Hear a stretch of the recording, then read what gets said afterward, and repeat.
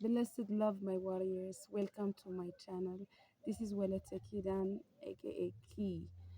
Today, I'm going to be talking about something very, very intense, but it's worth paying attention for and it's worth being talked about. I mean, it's something that I want to tell each and every one of beings on planet Earth.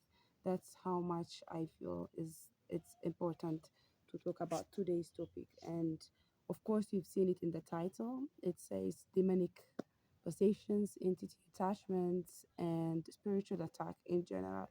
What's the spiritual attack? Spiritual attack is something that you experience at the energy level when when you open up yourself for fear. Okay, when you let your mind and your emotions control you, you experience fear.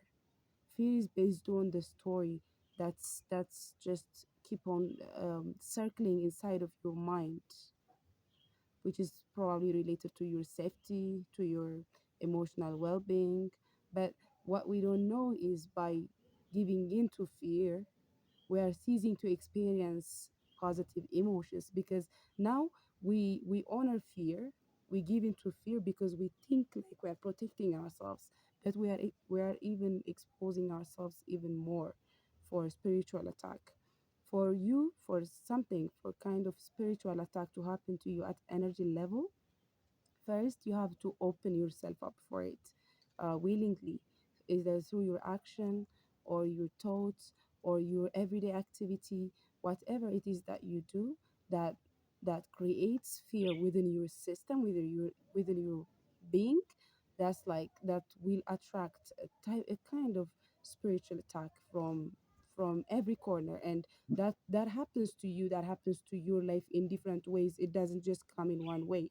Of course, this in a spiritual attack, the devil has its own techniques and strategies and its own wisdom, because the dark the dark realm and the light realm are, we are both of these things, right? We were born as both of these things. It's just by becoming spiritual, we're choosing love, and when we choose love, these dark energy activities or just negative energy ceases to be a part of our life. That's what we call nirvana or enlightenment, and you can call it whatever you want.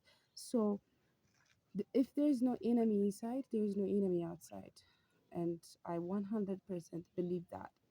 So when I say someone is possessed or by demon, or like have an entity attachment, so if we give those people enough love and if we understand them, they will eventually heal.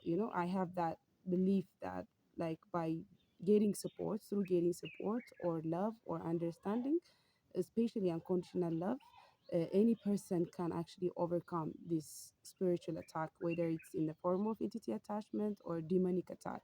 But still, it's their responsibility to want to come out of it. It's their consciousness, like how conscious they are is what determines whether they embody light in their bodies or they embody darkness in their bodies. So why do they attach themselves to you? Why are these spiritual attacks a part of our reality? It's simple. First of all, they have a purpose. Their purpose is to help human human race to awaken, because it's needed at this point. We all have created a mess, collectively. We created this world and it's messy. We're suffering so much. Children are being killed, animals are being tormented. We are not good for each other. We compete with each other. It's just out of whack, everything we see in our everyday lives. So for us to awaken, our suffering has to escalate. It has to we have to be we have to be poked. We have to be poked by these things in order to awaken to our true nature, so that we stop our suffering. Okay, it's still a choice. It's the choice that you and I made together, and people are awakening in the planet at this point. It's no surprise, because we're being attacked very very much at families being attacked, children are being attacked. These entities and demonic energies, they don't choose, they don't have preferences. Whatever it is that they can use to extend their survival, because they don't have a life force of their own, they would do anything and everything. There is no a moral um, question there. They don't know what's wrong or what's right. If it's a male energy attaching to a woman, for example, it does something through her as if it's a man, even though she's a woman. So that's why in Ethiopia, in church, whenever I go to a holy water ceremony, which I have always done at least twice in a month, I would go and get that session. It just helps me to purify my electromagnetic field in general. So if it's a woman, for example, inside the holy water, she would have a male voice instead of a woman's voice, because the entity that's attached itself inside of her is male. So you can imagine, as a male energy inside of a woman's body, what kind of chaos and violence that entity can create. So the main purpose for them is, first of all, to help us evolve as fast as we can, and of course, like to produce this that separate consciousness. I am different. I don't belong. I don't like it here. I want to go somewhere else. I'm not accepting life as it is. So they're our helpers in some sense to be able to awaken to our nature. But on the other side, it's because they want to survive. They don't have a life force of their own, so they want to survive. They attach themselves to survive in you, and it has always been like that for a long time. But now they attach themselves not to only survive but also to thrive in you, because they know that they are on a war. We are on a spiritual war, so they have their own troop. They have their own soldiers. So that's why we see it very, like, we see it everywhere these days. I see it everywhere, I feel them everywhere. But I'm always in a meditative state. I try as much as possible to stay alert, to feel my emotions, to tune into my feelings, so that I will be able to actually detect this kind of energies when they are around. And I wouldn't say help, because at this point I think I'm very bright. I'm shining so bright. It's just wherever I'm present in some place, it does its work on its own. It's very natural to me now. It's just me being me is helping this world to awaken, and I'm so happy for this experience of 5D. I mean, I still have my triggers and my challenges, and I still have my questions, but like how I am going about it is really amazing. So anyways, like, what are some of my experiences in Ethiopia, for example? um, I knew that my uncle was going to die before 2 weeks prior his death, because the spirit told me somebody in our family, someone will pass away. And I even thought, what if it's me? I mean, that's like, I was like, it's this fear of death. We all know it and how it feels like. And then in the midst of it all, I remember that, like, spirit also told me the reason why I'm aware of somebody dying in my family is because I have a message for them. So it's when I met my uncle and I started talking that I realized that, oh, the message was from my uncle. And the message was for him to go to a holy water place, whatever he chooses, whether it's Archangel Michael or Saint George or even Mother Mary. Like, I believe in these holy waters, Mother Arsema, Abuna Gabra Memphis Kadus, Abuna Habta Mariam, um, Archangel Gabriel. Oh my God! I mean, like, it's so rich. One thing I love about the Orthodox Church is rich when it comes to high vibrational beings, and yet one crime that the Orthodox Church committed is also not telling the rest, like, claiming these high vibrational beings as if as only to the Orthodox Church. They became territorial and just declared to the rest of the world that all of these saints and high vibrational beings, both divine feminine and divine masculines. They just belong to the Orthodox Church. So, the Muslim community was discouraged. Other religions are discouraged to experiment with this high vibrational beings. But their intention is to serve the whole humanity. There is no way that Archangel Gabriel serves me and says no to you. It doesn't matter what your orientation is, what who you are, what your color is. These high vibrational beings, their intention is to just serve. So anyways, like I had a message for him. I communicated that message, and of course by that point the entity attachment was expanding. It was weakening his immune system because it was taking a lot from him. And that entity attachment originated back in our family lineage, where our grandmothers or great grandmothers or fathers, they worshipped evil spirits. And actually evil spirits, when you worship them and when you actually like open yourself up for them, they might even get you to sign a contract, like not necessarily a modernized written contract, but like they might make you like to commit to something. It's like, and they have a stamp on it. I kid you not. So these kind of things happened in my lineage. Actually, I am the soul who incarnated in this family and stopped any ancestral karma, um, ancestral trauma, curse. We had like a curse in the family, for example, in relation to abundance, marriage. We were cursed to never be at peace with each other. That's why, like people in my, I came out of a broken house, a broken home. So everybody fights with each other, and that's the other curse. As long as there are so many healers, there is like two polarities in my family lineage. On one side, there are healers, saints, people who does miracles and royalties, rulers and kings and queens.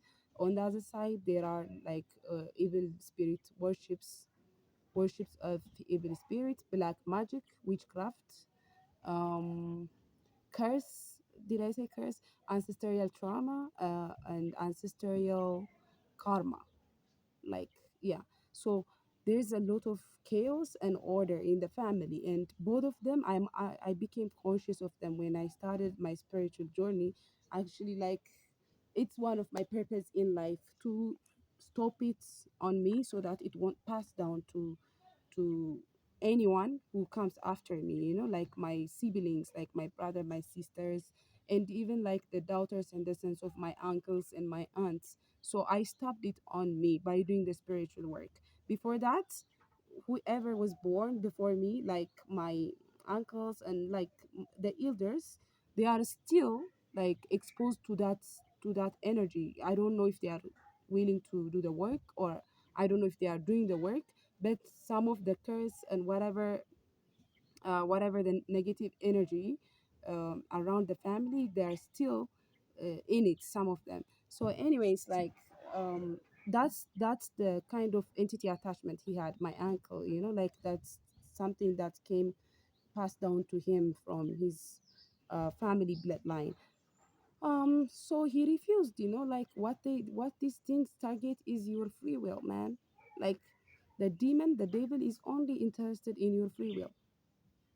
If you just give up that the possibility that you have a choice and you can act on that choice, and you can actually correct your life wherever you are.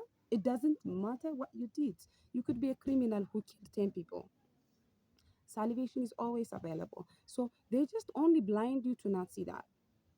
So he didn't trust the message, and he wasn't willing to act on it. So he passed away. That's like my first experience of being aware of entity attachment, demonic possessions, and things like that. So I knew that he was gonna die, and actually, like, I was very sure that he wouldn't survive. 3 days before his announcement, the announcement of his days. So it's a very heartbreaking moment for me, because I don't know, I did what I could do, but like still, the fact that people don't know, people are blind to see their choice, to see that they are empowered by their creator, is just, it's very heavy experience. But after that, I came across some friends who had entity attachments, to whom I have communicated this fact.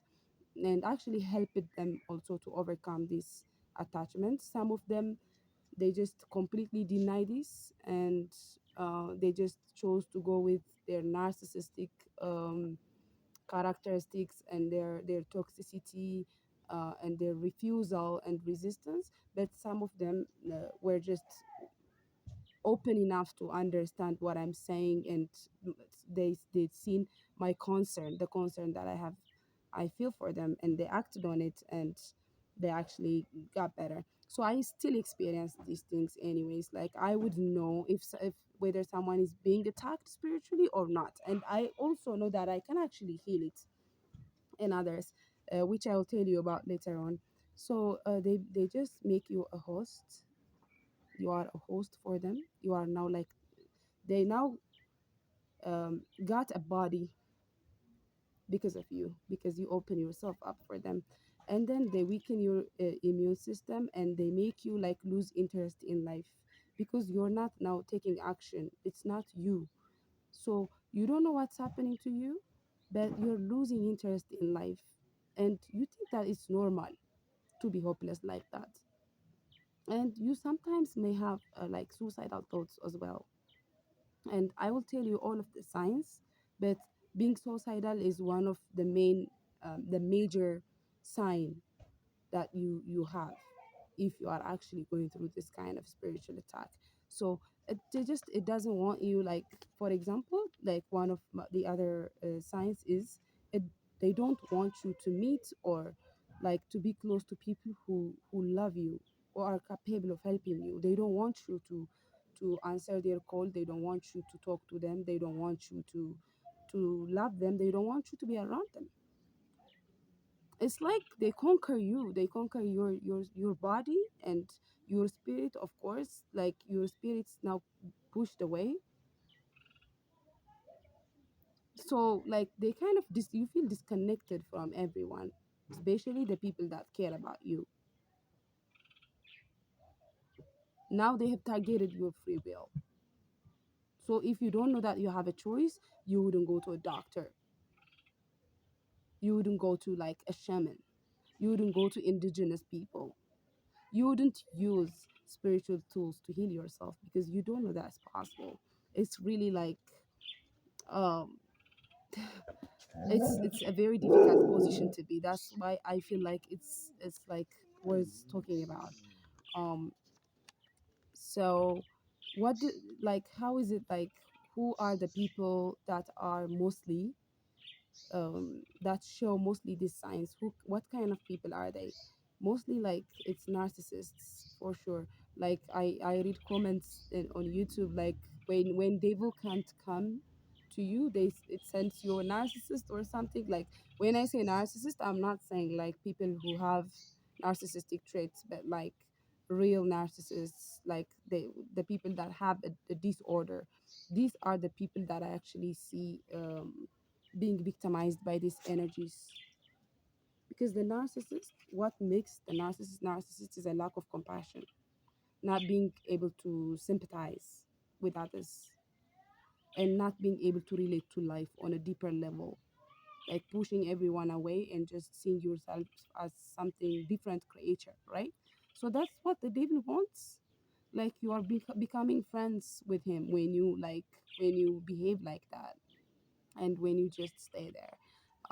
The other types are like envious people. Of course, like if you see me growing and you're not feeling happy for me, it's a big sign.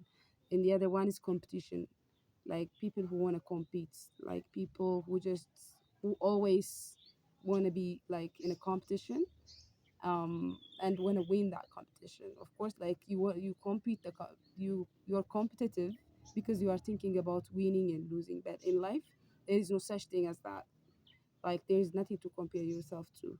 Um, okay, alcoholism is a major gateway for this kind of attacks. I mean, I have a personal experience. I used to drink like years ago, and of course, like I used to drink a lot at first, and then I started drinking once in a while whenever I find something that I like. So before I quit drinking in general, like the last time that I quit drinking was because it triggers my shadow. Every time that I get drunk or tipsy, something penetrates my body, my being, my brain, and then I don't know who I am. Literally, I don't know what I do. Things are out of my control. I become totally unconscious. And thank God, I had friends who look after me back then. I don't know how I would have ended up if they weren't around. But still, like that shows me a lot. Still, like people who have alcoholism or like people who drink in general, there's a chance, like 90% of the time, anything can actually act in them, anything can live in them. Like when I say anything, of course it's dark energy, because the light wouldn't do that. The light just dwells in you and it just flows in you, right? So yeah, alcoholism is one of them. Unhealthy diets, like people, especially empaths who grew up in a very hostile environment, we have eating disorders, you know. I used to binge eat, for example, like to just numb myself to my environment so that I wouldn't react emotionally. You know what I'm talking about? And the type of food that you eat, the amount that you eat, whether you are mindfully eating or not, it's just yeah, because they can attach themselves into your food. So you, if you are eating something unnatural, it's like you are like um you're putting toxic, like you're poisoning your body basically. And they, that energy, if it stays in your stomach, in your body, if you're not exercising after that or drinking a lot of water, it's they can just like that can attach itself, that energy can attach itself in your body and stay there and then turn out to be something very complicated like cancer or whatever. Substance abuse is the other one, like whatever, like it could be cigarettes, it could be meth, cocaine. If it's substance that's a man-made stuff that you take to satisfy your addiction, is just yeah, you are inviting them literally when you do that. The other one is ancestral factors, just like I said, like I mentioned my, as an example, my own story was ancestral factors, you know, the like lineage things, like one of your great grandfather might have signed like some kind of a traditional contract with the devil that affects the next 10 generations until one of us do something about it. And unprotected or unhealthy sexual intercourse, unprotected, frequent, and unhealthy sexual intercourse. If you are trauma bonded with someone and just share your body with them inside bed, make sure that most of their trauma, whatever they are and however they lived before they have met you, you've taken all of their traumas. You know, like sexual intercourse, sex is a very sacred act. It's the ultimate union. The Bible says a man and a woman become one when they meet in bed. There is no shame, there is no guilt there. Like you are showing them who you are to the person that you ended up in the same bed with. So that's, it's like big deal. If you actually utilize your sexual energy in a very appropriate and conscious way, it has a potential to transform your consciousness. You can ascend using that union. And I see people now like do it to satisfy just their bodies.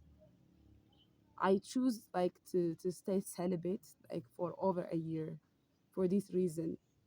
I said I wouldn't do anything until I make sure or I deal with my womb trauma, the womb trauma I have from like settling for less, you know, like just for doing that, just for my body, you know, so that I can have that impermanent temporary satisfaction. It doesn't make sense. When you value yourself, when you know your self worth, when you know who you are and what kind of world that you want to build, what kind of children like you want to raise, your view of it changes. So they use sexual intercourse very, very well. Any dark energy, the devil, these entities, demon, whatever, they use this intercourse very well. Like they can actually switch your brain and like make you to want to have sexual intercourse with a baby. or with a family member, or someone outside of your marriage. And once you start doing it with another person that you are not well aware of, you take on as much negative energy as possible during that interaction. So they use sexual intercourse, like unprotected, unhealthy, unconscious sexual intercourse, as a way of finding a way into your system. Post trauma disorder, yeah, post traumatic disorder. Sorry, post traumatic disorder. Like if you are traumatized by a past event and you relive it inside your head, still like those people like coming in your dreams, like hearing their voice, things like that. If you are stuck in the past, they just they the way that how they survive in you, and how the devil uses this situation in your life as a way to expand itself, is that it starts reinventing stories within the story. You have let's say like you have someone who hurt you in the past, and you think about them, you dream about them, and the devil gives you more reasons why you should be and thinking about them and being bothered by the memory. You know what I mean? Like it's like a wildfire. It extends its legs and its hands within you by using these traumatic experiences. You relive them, and you start ruminating and coming up like renewal. They get to be renewed within you. You find different reasons why you should be thinking about the same thing every time. Unhealed childhood wound, of course. Unhealed childhood wound, I don't have to talk about childhood trauma here. If you haven't watched my whole video that I made about uh, childhood trauma, you can go and just learn about what childhood trauma is and how it affects our being in general. The other is money and greed. So in this time and age, we're like very materialistic, right? So people value money and status and power over anything else. So yeah, um, I see people killing people for money. How worse could it get? You see people killing for money, killing each other for money. So yeah, and fame could be also one of the reasons. I mean, when we become famous, we're not humble anymore, right? Like so, I I I also see them being attacked. That's why maybe like some famous people, they commit suicide, and or they just fall into addiction, because it's very intimidating, the fame that you arrive at without being prepared consciously in your mind, without having the grace for it, the determination. Anything that you didn't choose is a problem. At the end of the day, you make sure that you're choosing it. You are the creator of your reality. So when you become like a warrior like that, with that kind of spirit, you stop being an instrument for the devil to work in you. If you are a mother and you are competing with your daughter, it's because you are being used as an instrument by the devil. If you are a father and not protecting your children, not taking responsibility, not looking after them, it's you're being an instrument for the devil, because an empowered human being, they know their responsibility, and they act through whatever they want to say. They say that they want to do, or like they keep their words. um so yeah, so as like I said, like evil eye and black magic and things like this unconsciously performed acts. Like I'm from Gondar, like I never realized that I was born in heaven until actually I came to Rwanda, and just think of like start remembering how spiritual Ethiopia is, even especially the place that I came from.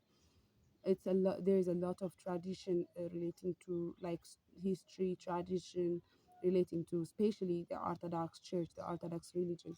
So I I see how how powerful we are spiritually.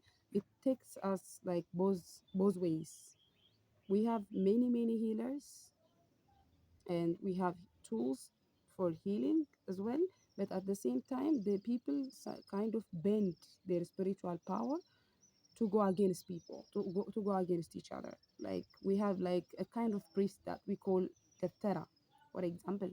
These people are like priests that learn their wisdom in church in order to serve the community, but they use that power for like um, black magic, things like black magic or evil eye practice, because they lack education, they're not ready for that wisdom. It's just the saying, curiosity killed the cat. So that kind of thing. So it's just, we have always have the solution for anything, like for everything. What I love about the universe is that like there is solutions all the time. What matters is that we're seeking. If we seek, we will get answers, no matter what. So the solution is, number one, I wrote down, go to Ethiopia. I'm not kidding. If you're going through like a spiritual attack, such as entity attachment, or if you're possessed by a demon and you're feeling like you're not in your body, Ethiopia is a nice place to go. I mean, I don't know. I'm not here to plan your trip, but in general, we have like saints like Mother Arsema, Saint George, and Archangel Michael. They have very like magnified, glorified in the country. So wherever they are called, they go, because we call them so much, they come and serve us. And we have like the land is blessed. Ethiopia, the land is very blessed. Whatever comes out of the land is healing, I tell you. So the holy waters are very special. I don't know if there is, if they can be found anywhere in the world except in Ethiopia. So they are very healing. We see people like screaming, shouting, healing from, being delivered from these negative energies all the time. So yeah, the other one is mantra. If Mantras are very helpful if you have an entity attachment or possession or any type of, if you are exposed to any type of dark energy attack, even if you are full of light, still like you might be challenged by them. It's like it's part of my spiritual process now. Whenever they attempt to like um, do something to me, I feel them and I say prayer, or I just ignore them. I don't pay attention to them. The devil, one of its tactics is to make you feel like you are not being seen, you are not welcome. So if you do the same thing to it, just by ignoring it, not paying attention, it's just not giving it any power. You know what I mean? It's nice. So mantra, like for example, like if you say you are a sovereign being. I'm a sovereign being. I'm a sovereign being. I'm a sovereign being. I'm a sovereign being. So that mantra, it's very helpful. Like you are a sovereign being. You are you. You are just. It's just you. That's you. Nothing is like acting on your behalf. You are a sovereign being. So there are different types of actually empowering mantras. You can find them in the internet. So mantras are nice, and rituals like burning fire is nice. The same thing that I did last night outside under the full moon. Burning fire. Like you can have different type of rituals. Actually, rituals are not limited to fire. Like it's just a simple act of playing music and dancing can be seen as a ritual. And the other one is candle gazing meditation. It's because like our free will is connected to our solar plexus chakra. We have seven chakras. So plexus chakra is the third chakra that's next to roots and sacral chakra. So your solar plexus chakra is, the color is yellow. I usually like yellow flowers because they remind me of how powerful I am and the choices that I have. So the color is yellow and the candlelight is yellow. So when you gaze into the candle and meditate on that while imagining an expansion of yellow light on your solar plexus chakra, it's a very nice thing. Um, the other one, general mindfulness. Yeah, just be generally mindful.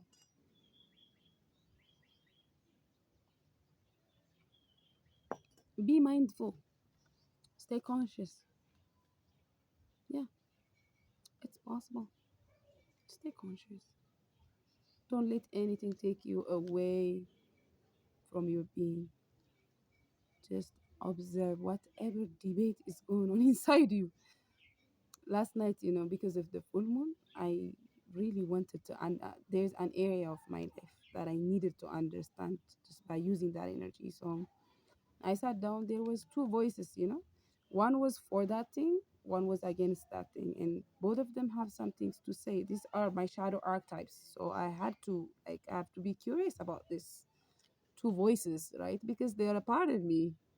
So I listened, and then, I saw the debate, and finally I passed on my own judgment. So I used the voice in my head for my own for my own advantage. So you do that, be generally mindful. Asking and learning about the history of your family helps big time, like your ancestors. Trust me, it's after I knew that we have curse on marriage, on marriage related things, abundance. It helped me so much to overcome all of those limitations within myself. So, like I rescued the people that are under me, my siblings and the rest of my family, because I knew that what I was up to is very important, and it involves other people.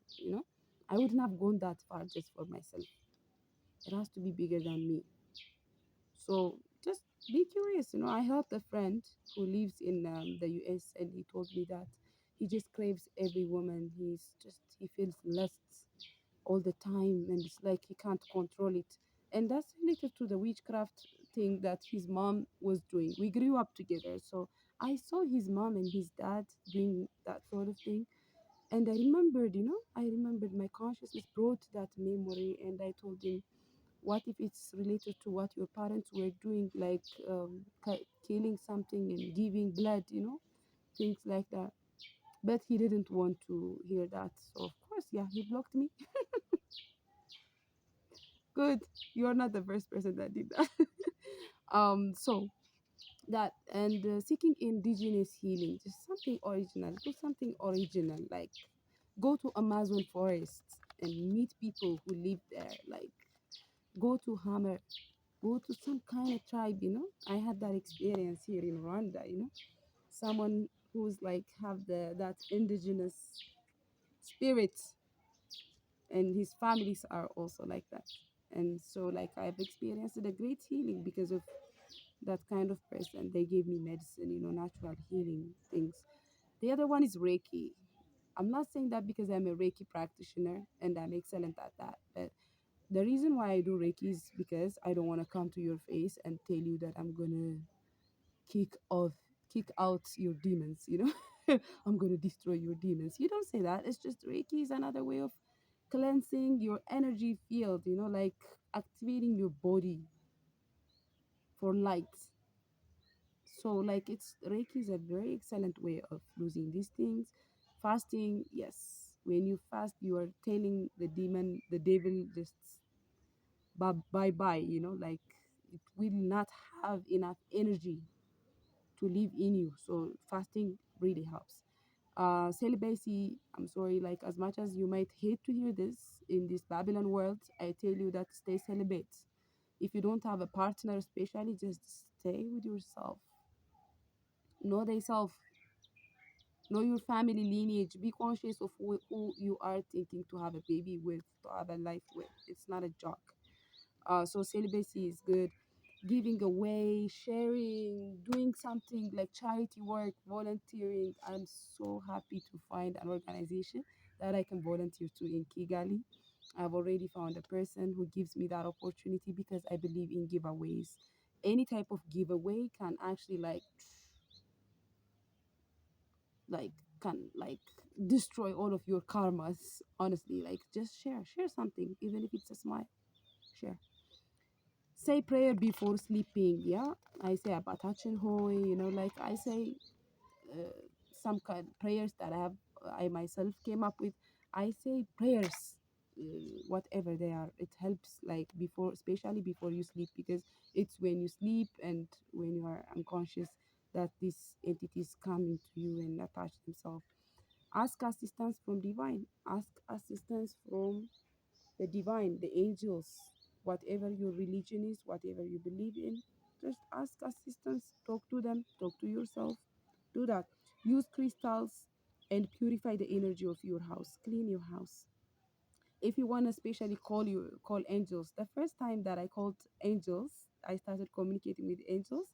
I had to make sure that everything is clean, every corner, because like neatness represents divinity. So it's not it's not surprising that you have to be stay clean inside and outside. Of course, speaking of being clean inside, detox your body. Drink lemon, experiment with fruits, make something, compose something, just be an alchemist, and then drink those drinks. Like if you have faith, those drinks will come into you and just do wonders. I had done that for 4 months. For the past 4 months, I would just things like lemon, ginger, something natural herbs, mixing them up and just leaving them there until they ferment, and then praying on them. It's water has its own memory, so saying whatever affirmation you want to say into it and then drink it detox your system. And saying positive affirmation is also very helpful. Use plant medicine, whether it's mushrooms, ayahuasca, or marijuana. Use plant medicine to be meditative, to go within, to identify the patterns in your life, to be curious. What kind of enemy is calling these enemies, these other enemies, Um, Release shame and guilt. Whatever you did because you've been possessed or like there was an entity attachment in you, please just release shame and guilt. They are the heaviest emotions that I've ever experienced as a human being. Shame and guilt.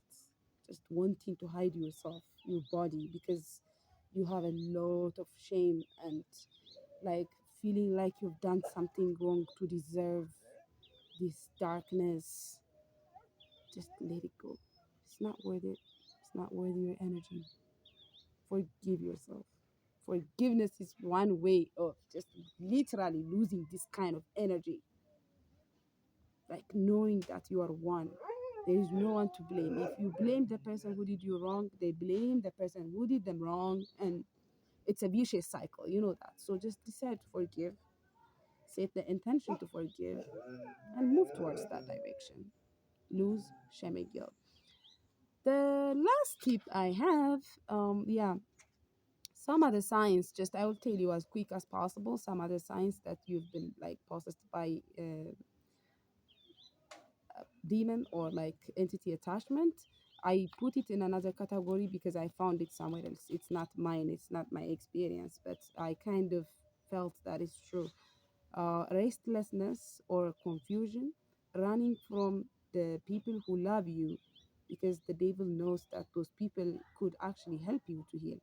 Uh, Anger, rage, violence, reliving the past, self hurt or suicidal thoughts.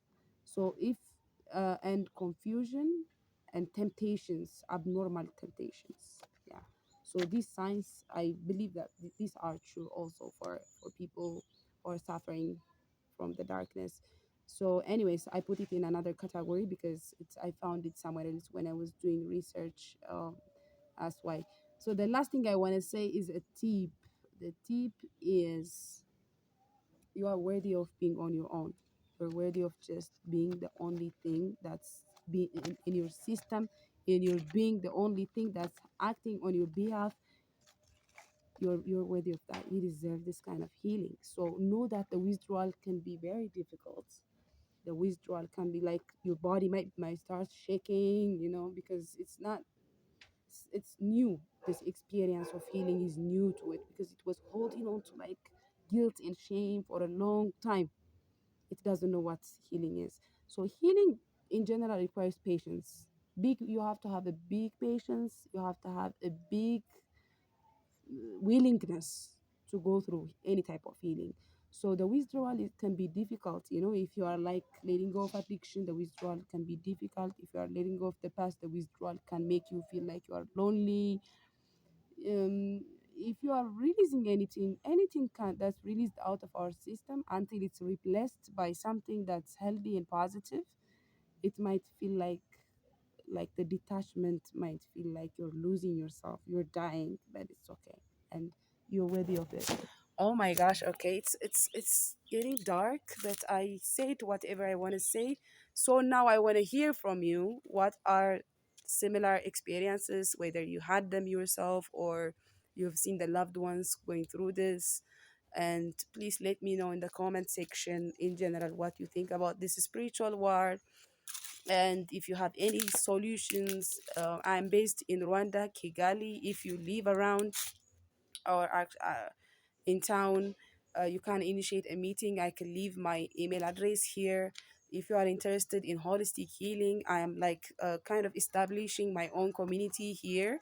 There are a few people now I know whom I know that they're interested in this kind of collaboration. So let's do something about it. And I love you. Leave me, tell me in the comment section whatever it is on your mind. Rastafari, Selassie I.